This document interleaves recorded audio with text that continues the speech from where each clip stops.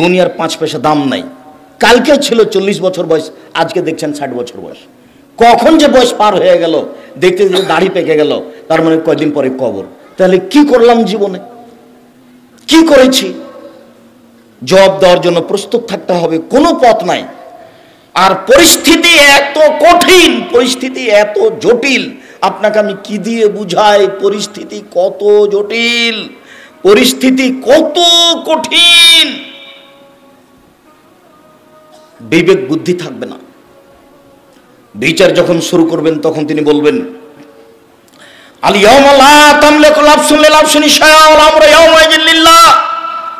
আজ কোন মানুষের কোনো উপকার করতে পারবে না, একচ্ছত্র মালিকানা আমার হাতে।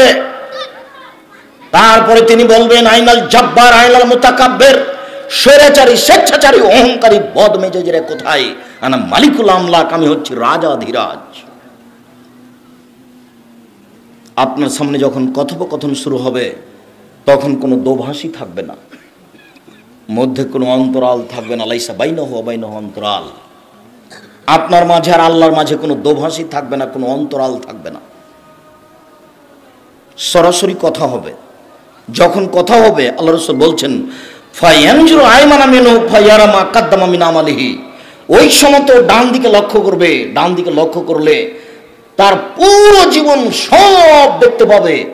কোথায় সুদের অঙ্ক কষেছে, কোথায় ভাবিকে গালি দিয়েছে, কোথায় কার সাথে গল্প করেছে, কোন কলেজে বসে থেকেছে, কোন অন্যায় করেছে, সব দেখতে পাবে। টক টক টক টক করে, ঝকঝক করে দেখতে পাবে।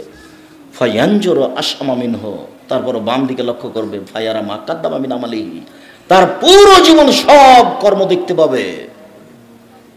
ফায়ানজুরু তিলকা ওয়াজহি, তারপর সামনের দিকে দেখবে ফায়ারা নার, তখন সামনের দিক দেখবে জাহান্নাম।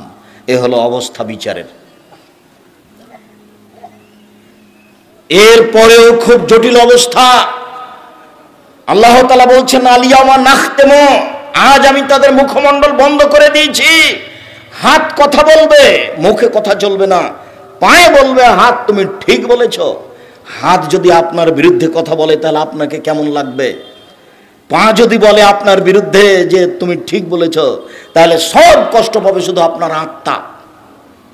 হাত আপনারই অঙ্গ, কিন্তু আপনার বিরুদ্ধে বলবে, এ কথা আল্লাহ বলছেন। আল্লাহ তাআলা বলছেন, ইয়াউমাইযিন তুহাদ্দিসু আখবার, যেখানে যা কিছু করেছেন সব কথা এবং ছবি ধরে রেখেছে মাটি। মাটি হচ্ছে অত্যাধুনিক যন্ত্র। আল্লাহর নবী বলছেন, ফাত্তাকুদ দুনিয়া ওয়াত্তাকুন নিসা, পৃথিবীর মানুষ, দুনিয়া থেকে বেঁচে থাকো, মহিলা থেকে বেঁচে থাকো। মহিলা না হয় বিপজ্জনক বস্তু, বাঁচতে হবে, বাঁচার চেষ্টা করতে হবে, কিন্তু পৃথিবী তো জড় বস্তু, পৃথিবী থেকে বাঁচতে হবে কেন? পৃথিবী সবচেয়ে ভয়াবহ অত্যাধুনিক যন্ত্র। সিসি ক্যামেরা লাগা আছে, তাই আপনি ভয় পাচ্ছেন যে কথা ধরে নেবে ছবি সহ। ও তো নষ্ট হয়ে যেতে পারে। পৃথিবী, এই মাটি কত ভিন্ন ধরনের অত্যাধুনিক যন্ত্র, তা আপনাকে আমি বোঝাতে অক্ষম। আপনার ছবি সহ কর্ম ধরে রেখেছে। বিচারের মাঠে top top top top top top করে কথা বলবে, সব কর্ম বলে দিবে। আবার এগুলো ছবিতে আসবে,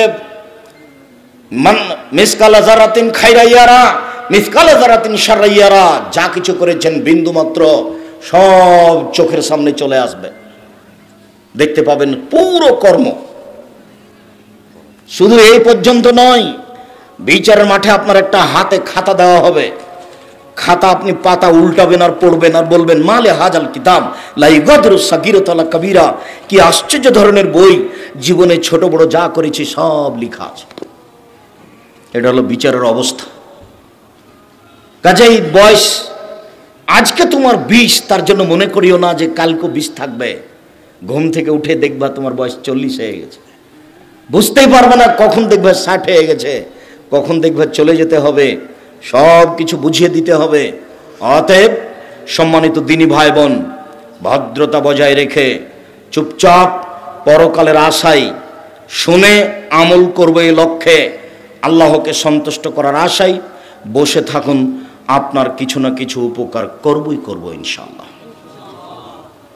দ্বিতীয় জরুরি কথা,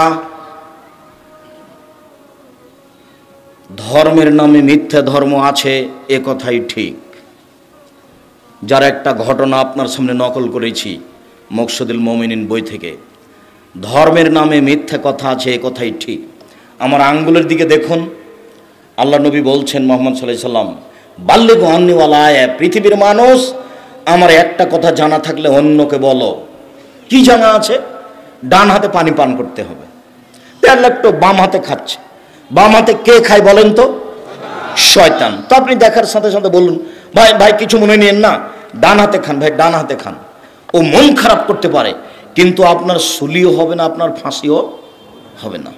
যদি আপনি তাকে ডান হাতে খেতে বলেন, তাহলে কি ও মামলা করে সুলি দিতে পারবে, ফাঁসি দিতে পারবে?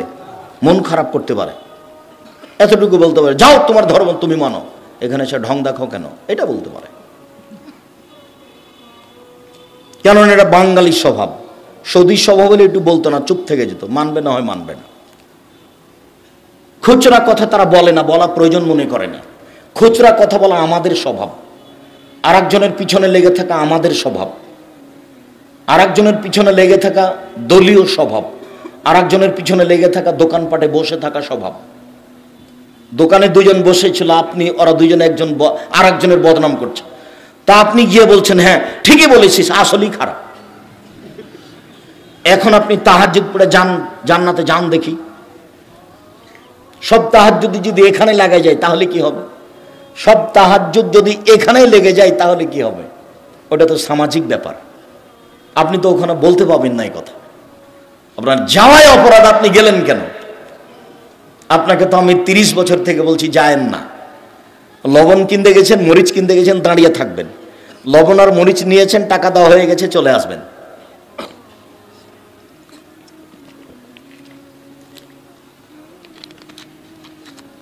আমার একটি কথা জানা থাকলে অন্যকে বলো। 2, ও হাদ্দেসুন বানি ইসরাঈল আল হারাজ, বানি ইসরাইলের কাহিনী বলো, কোনো দোষ নেই। বানি ইসরাইলের কাহিনী সত্য বলতে হবে, মিথ্যে নয়। বানি ইসরাইলের কাহিনী যেমন আপনাকে একটা বাক্য দেখাই। ইশতারা রাজুলুন মিন রাজুলিন আকারান, একটা লোকের কাছে জমি কিনে নিয়েছিল। ফাওয়াজাদা ফি আকারিহা জাররা, জমি কিনে নিয়ে যখন জমি চাষ শুরু করেছে, তাতে একটা স্বর্ণের পাতিল পেয়েছে। তখন স্বর্ণের পাতিলটা জমি বিক্রেতার কাছে নিয়ে গেছে। জমি বিক্রেতার কাছে নিয়ে গিয়ে বলছে, খুদ যাহাবা কামিন ইন্নামা ইশতারাতুল আরদ মিনকা ওয়ালা মাবতা মিনকা যাহাব, আপনি স্বর্ণের পাতিল নেন, আপনার কাছে আমি জমি কিনেছি, পাতিল কিনিনি। তখন জমি বিক্রেতা বলছে, বেতলার জমি ফিহা, জমি বিক্রি করেছি, জমিতে যা কিছু ছিল সব বিক্রি করেছি, আমি স্বর্ণের পাতিল নেব না। এটা ঈমান। এখনই আপনি দোকানদার, আপনাকে একটা লোক 500 টাকা নোট দিয়েছে, তো বুঝতে পারেনি এটা 200 টাকা মনে করে দিয়েছে। তা আপনি এখন ফেরত দেওয়ার সময় কি যে করলেন বুঝতে পারলেন, ওই আর কিছু বুঝতে পারলেন, আপনি চুপ থেকে গেলেন, অল্প কয়েকটা টাকা। আর আপনাকে তো খুব ভালো করে চিনে মানুষ, আপনি মসজিদের বাজার করতে গিয়েছিলেন, তাই আপনি 30 টাকার নাস্তা করেছিলেন, মনে নেই আপনার? মসজিদের বাজার করতে গিয়েছিলেন, 30 টাকার নাস্তা। জীবনে আপনার নাস্তা জুটে না, ভিক্ষা জুটে না, মসজিদের টাকা দিয়ে আপনাকে নাস্তা করা লাগে কেন? যে কয়েকজন মসজিদের বাজার করতে গেছেন, সব কয়েকজনকে নিজের টাকা দিয়ে নাস্তা করাবেন, তখন আপনার কাজে বরকত হবে। তখন আর ভিক্ষা চেয়ে মসজিদ করা লাগবে না, তখন আপনারা কয়েকজন করতে পারবেন। আপনাদের জামিয়া সালাফের আমি কোনোদিন এক সন্ধ্যায় খাইনি, যদি খেয়েছি টাকা দিয়ে দিয়েছি। যান আপনাদের জামিয়া সালাফিয়াই, রূপগঞ্জ নারায়ণগঞ্জে যান, না রাজশাহীতে যান, মানে ফাইল আছে। আমি আপনাদের জামিয়া সালাফের এক সন্ধ্যায় খাবো না, ইনশাল্লাহ খাবো না। আমার মনে বড় স্বাদ, এদেশের মাটিতে আমি উন্নত মানের প্রতিষ্ঠান গড়বই ইনশাল্লাহ। সেটাই জামিয়া সালাফিয়া, যেখানে ছেলে মেয়ে বাংলা, ইংরেজি, আরবি উন্নত মানের শিক্ষা অর্জন করে জাতির অন্যায়ের বিরুদ্ধে লড়বে, মুখে কলমে মিডিয়ে। মুখে বলে যাচ্ছি, কলমে মাসিকা লিতে সম্পত্রিকা দিচ্ছি। জাতির জামিয়া সালাফের মুখপাত্র পত্রিকা মাসিকা লিতে সম্পত্রিকা, আপনি নেন কিনা আমি জানি না, ক্ষতিগ্রস্ত হয়েন না। আমি এর জন্য কষ্ট কম করিনি, এর জন্য আমি মাসে 2-1 পয়সা ব্যয় করি না, লক্ষ লক্ষ টাকা ব্যয় করি। জাতির মনে করি সবচেয়ে উন্নত মানের পত্রিকা, 50টা প্রশ্নের উত্তর আছে, মাসিকা লিতে সম্পত্রিকা। আমি কলমে জাতির খিদমত করার চেষ্টা করছি। যদি আমার ব্যক্তিগত বইটা কিনেন তাহলে আমার উপকার হবে, আর যদি মাসিকা লিতে সম্পত্রিকা কিনেন তাহলে আপনার জাতির উপকার হবে। মাসিকা লিতে সম্পত্রিকায় 50টা প্রশ্নের উত্তর আছে, এটা আমার